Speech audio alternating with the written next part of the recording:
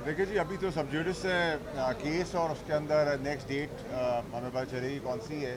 तो अभी मुस्तफ़ा साहब का केस सुना है इन डिटेल। हमारा केस तो अभी तक सुना नहीं है, तो उसकी सुनवाई अब नेक्स्ट डेट पे होती है, क्या जो भी अनाउंसमेंट होती है। तो अभी तक तो मेरी साइड तो आ ही रही है। जो मेन साइड थी वो दूसरी दूसरी कंप्लेनेंट की थी।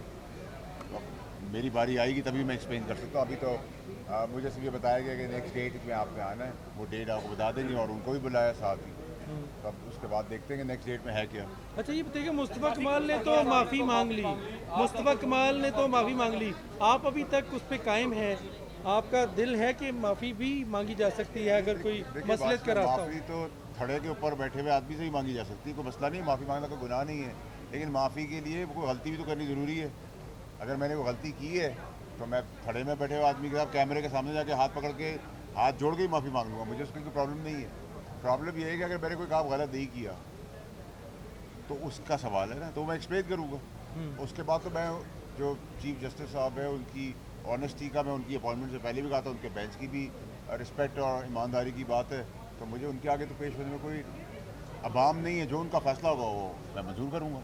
मैं बहुत रिस्पेक्टफुली उनकी कोर्ट की भी इज़्ज़त करता हूँ, और उनकी तीन जजेस की भी, बेंच की भी करता हूँ। आज अदालत के अंदर वाज़ेह अल्फाज में मोए एक्सक्लूसिव जज साहब ने कहा कि आपने अपनी प्रेस कॉन्फ्रेंस में हाई कोर्ट के 2 जजेस को मुखातिब होकर कहा था, तो वो स्पेसिफिक पर्सन प्रेस बोलो सब कॉन्फ्रेंस जुडिस। में, जबकि आप ये कह रहे हैं कि देखिए, आपने तो गलती नहीं अगर आप समझते हैं कि वो सब्जेक्ट, इस बात को मैं बात कर सकता हूँ, कितनी नहीं कर सकता, लेकिन अगर आप 10 का अगर फिगर है उस पूरी प्रेस कॉन्फ्रेंस का, तो अगर 2.5 हिस्सा स्पेसिफिक जजेस के बारे में है, अतर मिनल्ला और जज बाबर सत्तार, तो मैं एक्सप्लेन करूँगा ना कि उनके बारे में मैंने ख़त की बात की थी, और ख़त का जवाब नहीं मिला था, और जवाब नहीं आया, और आने के बाद उस ख़त के अंदर कितनी डिस्क्रिपेंसीज हैं।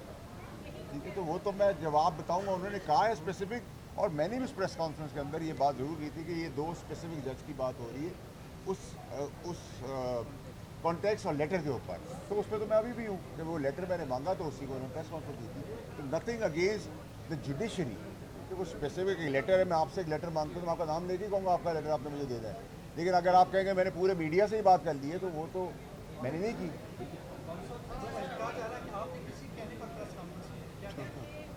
सर, या तो उनके बाप को पता होगा या मेरे बाप ने बताया होगा। तो आप ये पहले बता दें कि मेरे बाप ने बताया, इतला दिया, किसी और के बाप ने इतला दी है। के बारे में बता देंगे तो मैं भी जवाब दे दूँगा। Thank you very much.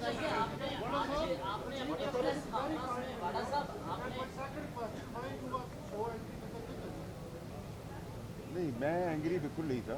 देखिए, मैं खुद बात करना चाह रहा था, तो उन्होंने कहा कि नहीं, आपका लॉयर बात करेगा, या आप लॉयर को डिसएंगेज कर दो। तो मैं लॉयर को डिसएंगेज तो नहीं कर सकता था, बट मेरा मेरा था, I wanted to speak to and explain myself, मैं बताना चाहता था।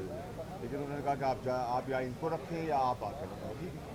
बेसिक आपने अतर मिनल्ला का नाम लेते हुए उनका जिक्र करते हुए कहा कि मैं कमान करता हूँ कि उन्होंने ये नहीं किया होगा। आपने बार बार कमान का जिक्र किया। मेरी मर्ज़ी भाई, मैं ऐसा गुमान का मैं करूं, समझता हूँ मैं गुमान का करूं, मैं यकीन का करूं, मैं नहीं करूं, अगर मेरी मर्ज़ी सवाल है। पूरा कर लूँ। जनाब यार, सवाल ये है, आपने कमान का जिक्र किया, जहाँ बोर्ड और अदालतों में ऐसी बातें होती हैं कि आपकी कुछ ऐसी वीडियोज हैं जिसकी वजह से आप वो प्रेस कॉन्फ्रेंस करने आए, तो हम ये भी कह सकते हैं कि हम कमान कर लेंगे, वो अच्छी वीडियोज नहीं होगी इसलिए आप ब्लैकमेल होते। अगर सबूत है तो जिस तरह काजी फायज हिस्सा ने कहा देखिए कि आपको ना, देखिए रेफरेंस लेके आप आए, फिर बर्दाश्त का मादा भी रखते हैं। रेफरेंस लेके आए, देखिए, अगर रेफरेंस लिया अगर हमने। अगर मेरी कोई वीडियो की आपने मिसाल दी है, तो फिर जिन्होंने बोली है उनके घर वाले ना हो, ये चेक करवा लीजिएगा।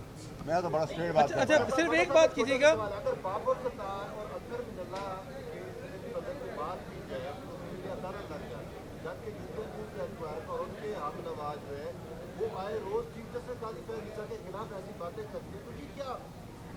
देखिए जी, मुझे तो पीटीआई ने सारी बातें की, ट्रोलिंग की, मीडिया पे आके बातें की, मौलाना साहब ने की, प्राइम मिनिस्टर साहब ने की। फिर शायद मुझे एमक्यूएम का मौक़िफ़ सही लगता है कि हमारे डोमिसाइल पे कराची लिखा हो, फिर ये वजह हो सकती है। लेकिन ठीक है, आप एक आइनी इदारे के अंदर, सुप्रीम कोर्ट के अंदर आए हैं, आपने उसके वक़ार को, उसकी इज़्ज़त के तहत, हम सुबह से आए हैं, आपको पता, आप सब भी हमारे साथ हैं, और ऑनेस्ट जजेस हैं। देखिए, मैंने तो आपके वहाँ पहले भी कहा है कि ऑनरेबल का लफ्ज़ भी मैं उसके आगे लगाऊंगा जिसको मैं समझूंगा ऑनरेबल। तो इनके लिए तो मैं इनकी अपॉइंटमेंट से पहले बात करता था। काबीना का भी आपको याद है, जब पार्टी हमारी ख़िलाफ़ भी थी, गवर्नमेंट, तब भी मैंने ये कहा था कि ईमानदार आदमी है। अब ईमानदार आदमी के आगे हम पेश हुए, उनका जज जो है बेंच जो है वो भी ऑनरेबल है हमारे लिए, तो मैं तो बड़ा क्लियर हूँ, सेटिस्फाइड। बाकी ये है कि आगे इमरान खान का भी तौहीन अदालत का केस सुप्रीम कोर्ट में जेर समाअत है, उसको आप कैसे देखेंगे? अगर आपको तौहीन अदालत लग सकती है तो उसका केस क्यों नहीं चल इस सकता? तरीके से मेरी बात सुने, ये तो आपको ट्रोलिंग से पूछना पड़ेगा, मैं तो इसका जवाब नहीं दे सकता, सब जुडिस की बात है। अच्छा एक मिनट, आपका फैसल वापडा का बतौर सेनेटर या बतौर फर्द अदलिया के बारे में क्या स्टांस है? देखिए जी, मैं अदलिया का वक़ार को, अदलिया की इज़्ज़त को 140वें नंबर से 1 नंबर पे देखना चाहता हूँ। ये मेरी ख्वाहिश है और यही मुल्क की बेहतरी का रास्ता है कि अदल और इंसाफ का निज़ाम ठीक हो जाएगा, पाकिस्तान ऑटोमेटिकली तरक्की पे चलेगा। अनफॉर्चुनेट है कि 140वें नंबर पर हैं, हम कोशिश ये कर रहे हैं कि ये किसी तरीके से इसका रिवर्स गेयर लगे और इंशाल्लाह लगे। नहीं, मकसद ये था तौहीन अदालत का नोटिस आपको भेजा गया है और उस जुमले में आपको अदालत में तलब किया गया है, आपका नुक्ता नज़र क्या है अदलिया के एहतराम के हवाले से? मैं तो अदलिया के एहतराम में जब भी नुक्ता नज़र के तहत तो यहाँ पहुँचा हूँ और आ भी रहा हूँ, पेश भी हो रहा हूँ, और जैसा अदलिया कहती रहेगी वैसा। नहीं, आपने नहीं, गलत बात नहीं, ये सवाल ही नहीं है, आप वो चेक कर रहे हैं। नहीं, मैं बताता हूँ।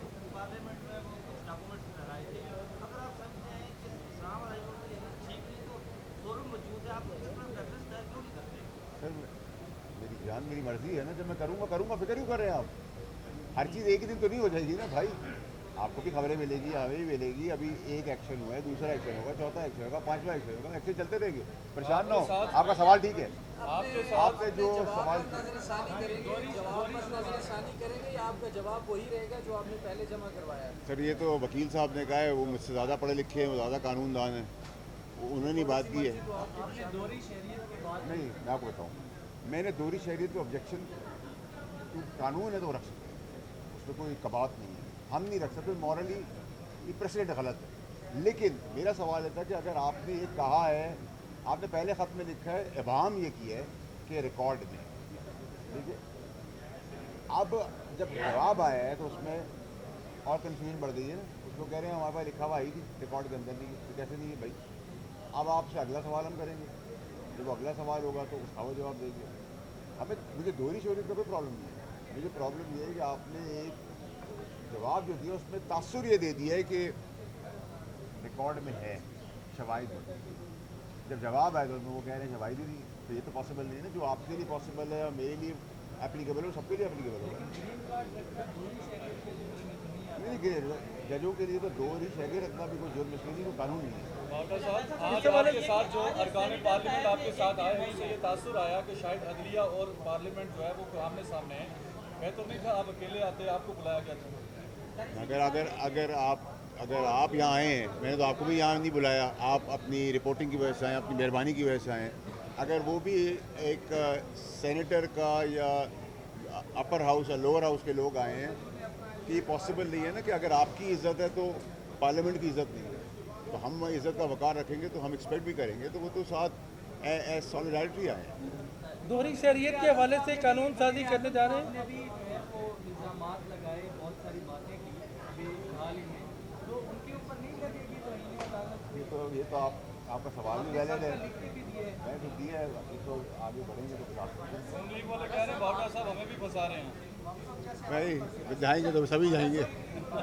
अच्छा, और बाबर सत्तार का जिक्र किया, तौहीन अदालत हो गई, कासिम फाइज के खिलाफ कुछ लोग मुनज़्ज़म मुहिम चला रहे हैं, वो जजेस भाई आम डॉक्टर ये इस्लामाबाद के चीफ जस्टिस के नाम से डायरेक्ट कर रहे हैं, लेकिन वो ट्रोल है, पॉपुलर है, उनको 9 महीने में तनसीबात उड़ाने की भी इजाज़त है, पॉपुलर है, उनको SIFC पर नाम लगाने की भी इजाज़त है, वो पॉपुलर है, वो शहीदों के तमस्कर उड़ा दे, जनाजे निकाल दे, वो भी उनके लिए पॉपुलर है, वो कर सकते हैं, वो नाम लेके दहशत गर्दी वाली बातें करें, वो कर सकते हैं कि वो पॉपुलर है। उनके ट्रोल्स, आपके पीछे ट्रोल्स हैं नहीं है, मेरे पीछे भी ट्रोल्स नहीं है, हम यहाँ हैं, इसके ट्रोल होंगे बादशाह मुल्क। वावड़ा साहब एक सवाल का जवाब कि आज काजी फाइज ईसा साहब ने हाफिज़ कुरान की मदद लेने का भी फैसला किया है और कुरान से भी वो देखेंगे कि झूठ और बहतान की क्या सज़ाएँ हैं, तो आप समझते हैं कि ये मज़हब को भी इस्तेमाल किया जा रहा है आपके ख़िलाफ़, या जो आने वाले दिनों में पाकिस्तान तहरीक इंसाफ के लोग जो